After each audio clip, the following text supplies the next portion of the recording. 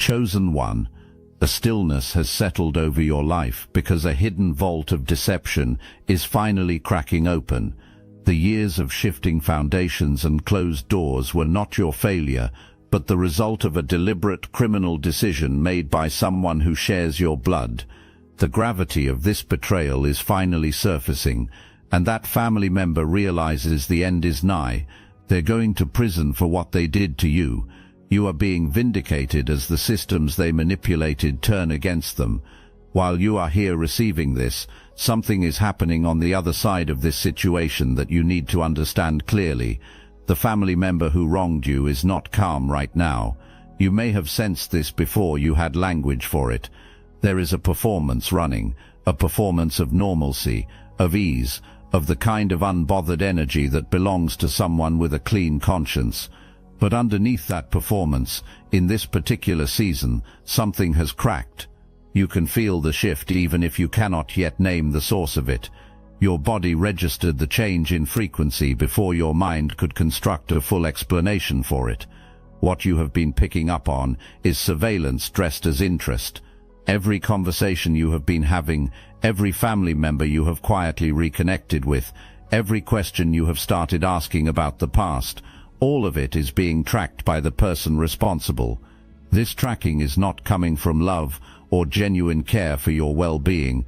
It is coming from the frantic, focused attention of someone who built an entire life on a secret that is starting to breathe again, and who desperately needs to know how much you understand before you decide what to do with that understanding. You may have noticed an unexpected warmth arriving from that direction recently, an invitation that appeared without a clear reason, a reach-out that felt uncharacteristic, a gesture that your instincts flagged as off, even as you tried to receive it graciously. Trust those instincts completely. What is being offered is not reconciliation, it is containment. It is the calculated move of someone who senses the ground shifting and needs to close the distance between the two of you in order to manage what comes next. Do not be managed. Receive whatever comes toward you with open eyes and careful words, because every soft gesture being extended in your direction right now is an unspoken admission. It is the person responsible confirming, without words, that something is coming.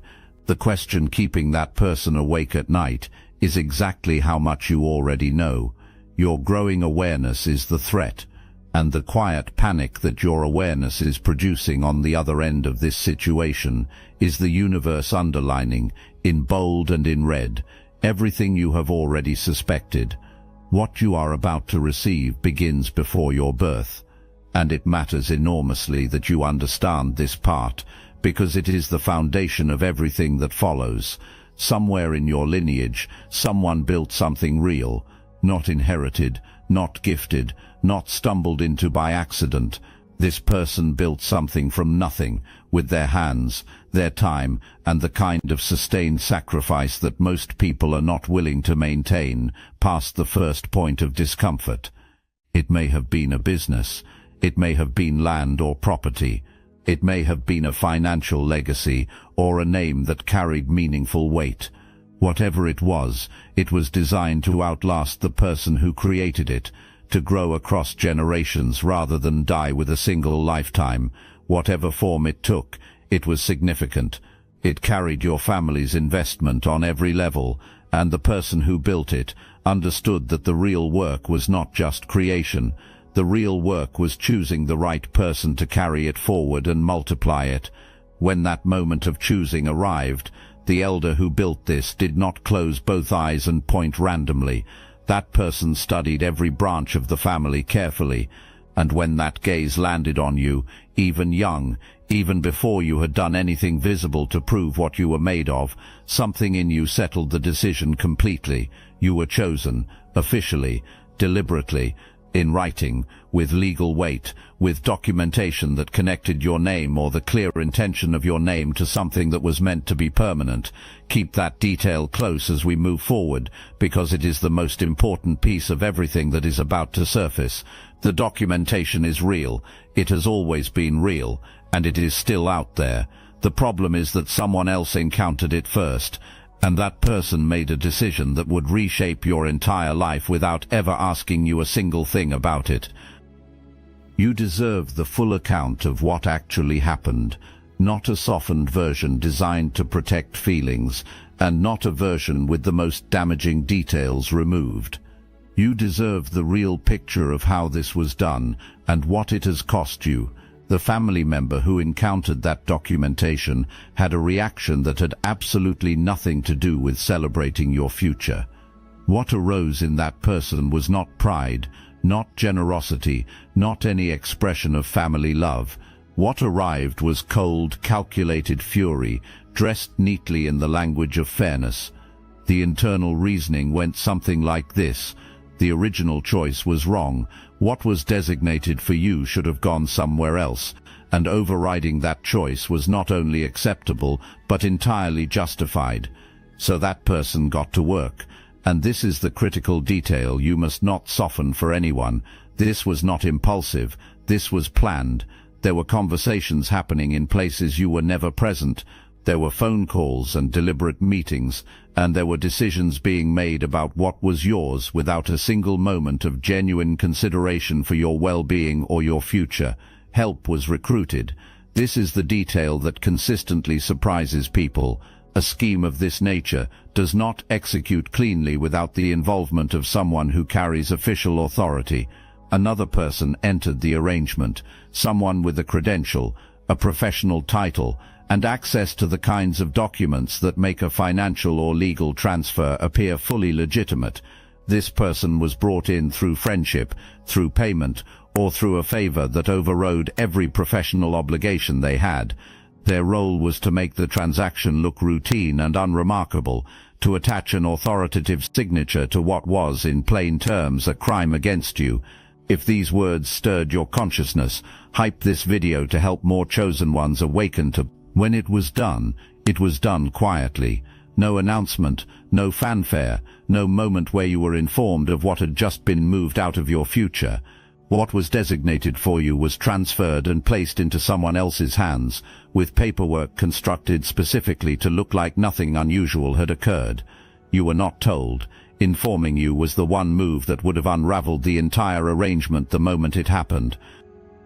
You were young at the time. That was the calculated window.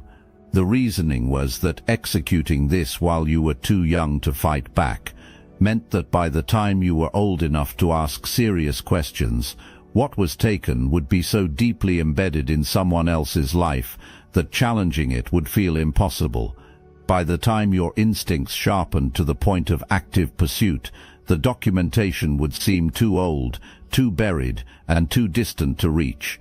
What that person completely failed to account for is the thing we are about to discuss next. Now let us get honest about what your life has actually felt like from the inside, because this is the part that completely reorganizes your relationship with your own history. You work hard, you are not lazy, not unfocused, and you are not someone who lacks vision or the drive to see things through. You have shown up for your own life consistently. You have done the internal work, you have made the hard changes, and you have pushed through the seasons where pushing through was the only available option. You are someone who does not quit, and yet something has always been slightly off balance. There is always a ceiling that materializes right when your momentum should be building into something real. There is always a season where the foundation gives a little beneath something you were constructing with everything you had. You have watched people around you, people with comparable effort, sometimes less effort, operate from a stability that you could not seem to access no matter what you adjusted. And you have spent real energy trying to understand what the difference was. You've probably noticed a lot of chosen one channels on YouTube have stopped publishing, videos pulled, voices silenced. The mainstream media is cracking down on us, but we will not give up our voice. That's exactly why I'm putting you onto something real, Destiny Engine. I built this because I was done watching chosen ones get dragged through betrayal, isolation, and attacks, while their enemies strutted around unchecked. I want to help you accelerate the speed of your divine justice and step fully into your purpose. And the beauty of it, you don't even have to lift a finger. Destiny Engine takes their downfall and flips it into your rise. This isn't another meditation app. It's declassified consciousness technology, the same mind programming tools your enemies once used to install fear, competition and scarcity, re-engineered to restore your sovereignty and align you with the cooperative, upgraded operating framework. It generates personalized sequences mapped to your divine purpose. The hardest thing you'll do is put on headphones, press play, and watch your enemies keep digging their own grave.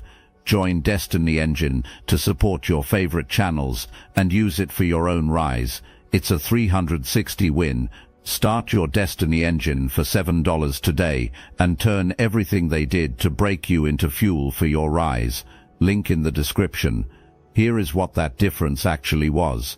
You were not building on nothing. You were building against active, deliberate resistance. Those are not the same experience, and the distinction matters enormously. Building on nothing is honest, and it is hard, but it is navigable because at least the conditions are clear. Building against active resistance means expending genuine energy, fighting something invisible that you cannot name, cannot locate, and cannot address directly, because the person who created it never told you it existed. Think of what it feels like to push a door that someone on the other side is quietly holding shut. You adjust your angle, you try more force, you study your technique, you watch other people move through their doors without this particular effort, and you assume the difference must live somewhere in them, in their approach, their skill, their something. And the entire time, the real difference is that someone specifically decided your door was not going to open on the same terms as everyone else's. That person has been quietly leaning into it. The resistance you have felt throughout your life was not random friction from the universe. It was a maintenance strategy, a deliberate design to keep you slightly behind, slightly stretched, slightly too occupied with surviving the present to start seriously investigating the past. Your struggle was not a coincidence. Your struggle was a function of something deliberately set in motion against you before you were old enough to see it coming. And here is why that realization should not diminish you. It should ignite you completely. Because every inch of progress you made while that resistance was being applied, every season you pushed through without the foundation that was rightfully yours, every achievement you built from a deficit that was manufactured specifically to contain you, that output is not ordinary. That is what extraordinary looks like in real life. That is a person who was always going to outgrow whatever was built to hold them back, producing results despite conditions designed to prevent exactly those results. You were not failing, you were being deliberately held back, and you were advancing anyway. Let that land fully before we go on. From a very young age, you have been able to read people and circumstances with a sharpness that goes well beyond ordinary intuition. You could enter a space and sense who was genuine and who was performing. You could feel the weight of things that were not being spoken aloud. You could identify, even without always being able to articulate your reasoning, when something beneath the surface of a presented reality was deeply wrong. The family member who wronged you was aware of that gift from early on. It was visible, and that person understood something specific and frightening. Someone with your level of perception, given clear access to what actually happened, would not stop at the surface. Your gift would trace the full architecture of what was done back to its origin, name every person who participated, and hold the entire picture without flinching. So your perception had to be redirected, not destroyed. Destroying it was not possible, but turned inward rather than outward. The strategy was to fill your field with enough self-doubt that your own clarity started to feel like a liability rather than a strength. Your most accurate observations were met with dismissal or confusion until, over time, you learned to second-guess those observations before they even became full questions. Enough ambient noise was maintained around the subject to keep the clear thing buried beneath the weight of the surrounding chaos. For a long time, that strategy worked. You filed real instincts away as overreaction. You talked yourself out of things you actually knew. You chose a version of peace over the confrontation your body kept steering you toward. But here is what suppression always eventually produces. It produces pressure. A gift that cannot be destroyed does not quietly fade when it is blocked. It accumulates force behind the blockage. It builds and builds until the pressure behind it reaches a point that the blockage cannot hold. Every year you were kept from the full picture, added more energy to the moment the full picture would finally arrive. That moment is now, and what is moving through is not a trickle. What is moving through carries the accumulated force of everything that was held back, and it is moving with enough velocity to rearrange everything in its path.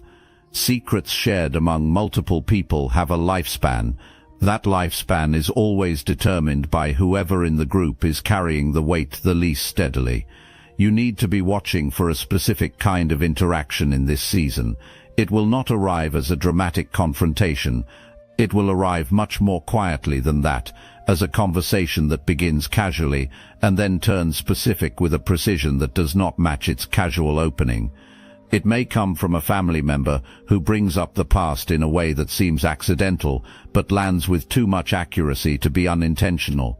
It may arrive as an unexpected question directed at you about what you remember from when you were younger, phrased in a way that is really checking whether you are already pursuing something without saying so directly. What you are watching for is the person in that circle who has not been at peace with this knowledge, not because that person is particularly brave or morally exceptional, but because carrying this specific information has been doing slow, internal damage that no amount of time or distraction has been able to neutralize. You may have already noticed something slightly off in how that person redirects certain conversations, a sentence that gets pulled back at the last second, a careful avoidance of specific names, a slight overcorrection in topics that should carry no weight at all. When that conversation finally arrives, your job is to stay completely steady. Do not rush it. Do not let the significance of the moment show on your face before the person has finished delivering everything they came to say.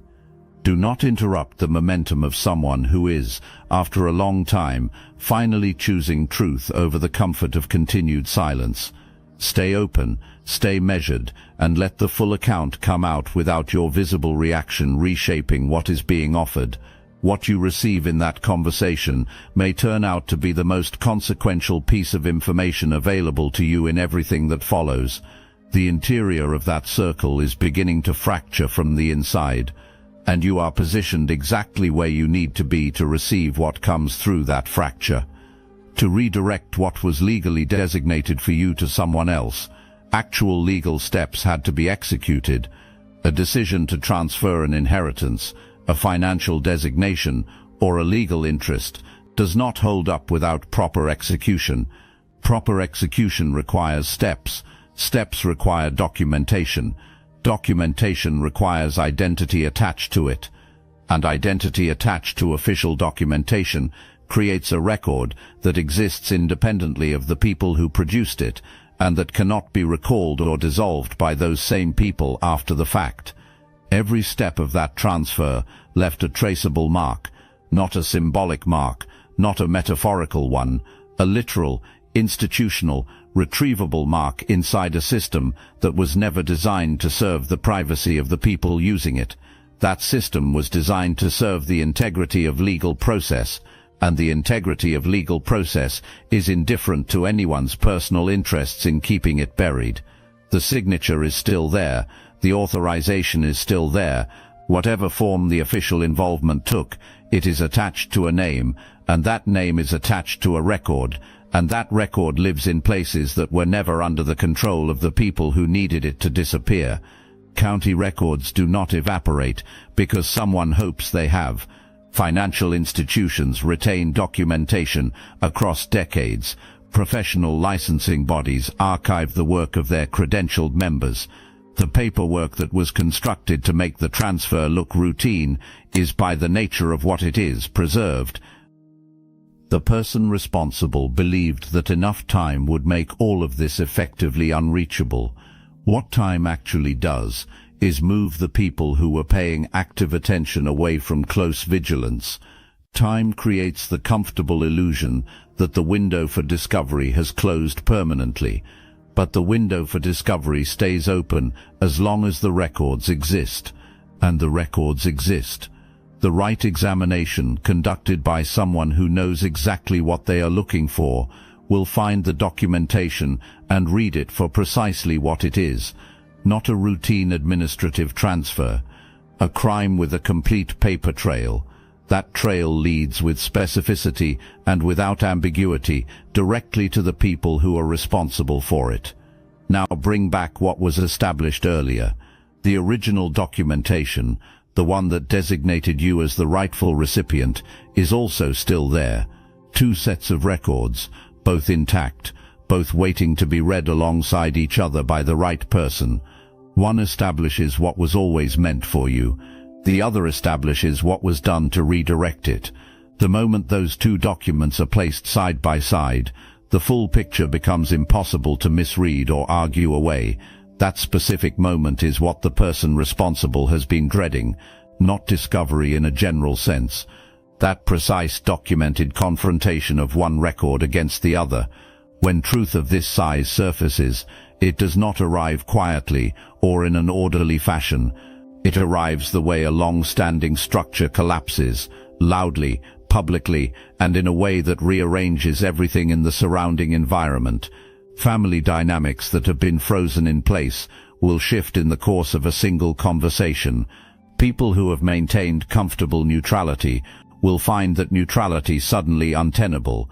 Competing versions of events that different family members have been carrying separately will collide with each other and with the documented record, and none of those versions will survive the collision with their original shape intact. Some people in your family are going to direct their discomfort at you. Some are going to act as though your decision to pursue truth is the destabilizing act, as though the crime was the telling of it rather than the doing of it. You will hear arguments like, "Why bring this up now? What does any of this actually accomplish? Think about what this costs everyone involved." These arguments will come primarily from people whose comfort was purchased, directly or indirectly, with what was taken from you. Their discomfort at having the truth surface is not a moral argument against surfacing it. It is simply their portion of the debt coming due. A structure built on stolen ground does not deserve to stand. A version of family peace that was maintained specifically by keeping you uninformed about what was taken from you is not peace. It is an arrangement that cost only you and benefited everyone else who was held inside it. Now let me prepare you for the specific tactics that are going to be deployed when this begins to accelerate, because knowing the playbook in advance means you cannot be caught off guard by any move in it. The first tactic is the sympathy appeal.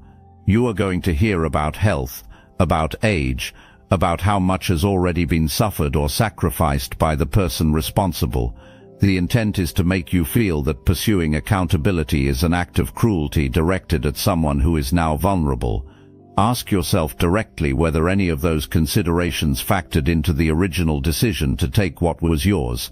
Ask yourself whether your vulnerability as a child was factored in at any point during the execution of that plan. The second tactic is the family unity argument. Someone is going to frame your pursuit of truth as the thing that breaks the family. What they are actually protecting is not the family as a whole. They are protecting the specific arrangement inside the family that has benefited some members at your expense. The family they want to preserve is one in which you remain without what was taken and everyone else remains undisturbed. The third tactic is the partial confession. This is the most sophisticated move, and it is the most dangerous one. Someone in that circle will come to you with a carefully selected piece of the truth, enough to seem transparent, enough to create the emotional experience of a reckoning, while deliberately withholding the portions that carry the most legal and moral weight. Phrases like "things were complicated back then," or "I wish it had all been handled differently," are designed to give you closure without accountability. Do not accept a portion of the truth and call it the whole. You now know what the complete picture looks like. Anything short of full accountability is simply a more comfortable version of the same concealment. This is the activation point. This is where everything shifts from receiving to acting. Every memory that has been resurfacing, every confirmation that has been arriving, every piece of the picture that has been filling in, none of it accomplishes what it is designed to accomplish if it stays locked inside you. The truth needs a voice, and it needs your voice specifically. Not because you are the only person with relevant information, you may not be, but because your account of the lived experience produced by this decision carries a kind of weight that no document alone can replicate. Documentation proves what happened. Your testimony demonstrates what it cost over the course of a real human life.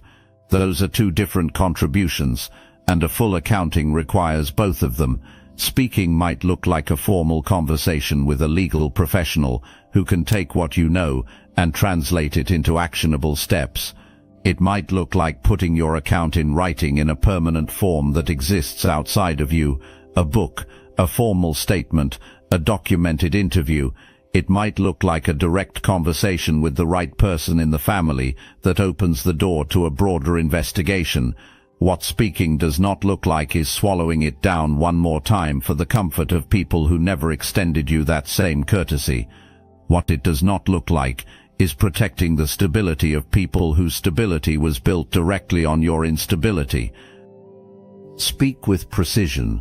Speak from the grounded authority of someone who has done the internal work, who knows exactly what they are carrying, and who is not asking anyone for permission to state what the record supports. Not from rage. Rage is combustible, and it burns the person carrying it before it reaches its intended target. From the steady, clear certainty of someone who knows the documented evidence, supports their account, and who is not in the business of softening truth for the benefit of people who relied on your silence. You are not entering any formal process as someone seeking sympathy. You are entering as the rightful inheritor delivering evidence. There is a fundamental difference in how those two postures present, and every person in that formal setting will feel the difference immediately. The person seeking sympathy can be moved by emotional pressure. The rightful inheritor delivering evidence cannot be moved, because the evidence does not change based on how anyone in that setting feels about it. Walk in like you know exactly why you are there, because you do. Here is what is coming for the people who did this. Receive it, not as something you designed or wished into existence, but as the inevitable conclusion of a calculation that has been running since the moment the original decision was made. The family member responsible is going to face legal consequence. Your presence in this process matters beyond your own vindication. Your account of the character of the people involved, your testimony about the lived experience that their decision produced across the course of your real life, carries genuine weight in how outcomes are determined.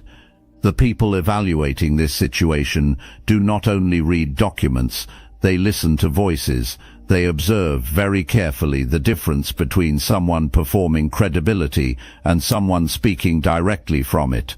Truth delivered without embellishment, without performance, without anything except a clear-eyed and complete account of what happened and what it cost, is the most persuasive force available in any formal process.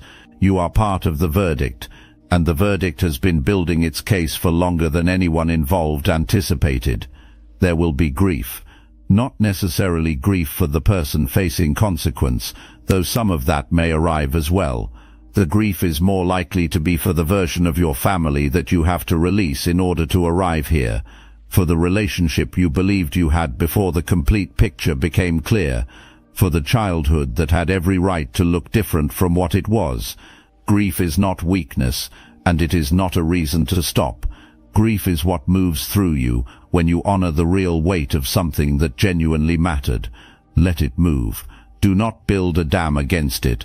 There will also be something that resembles guilt, a feeling that by pursuing the truth, you have somehow caused what is now happening to someone else.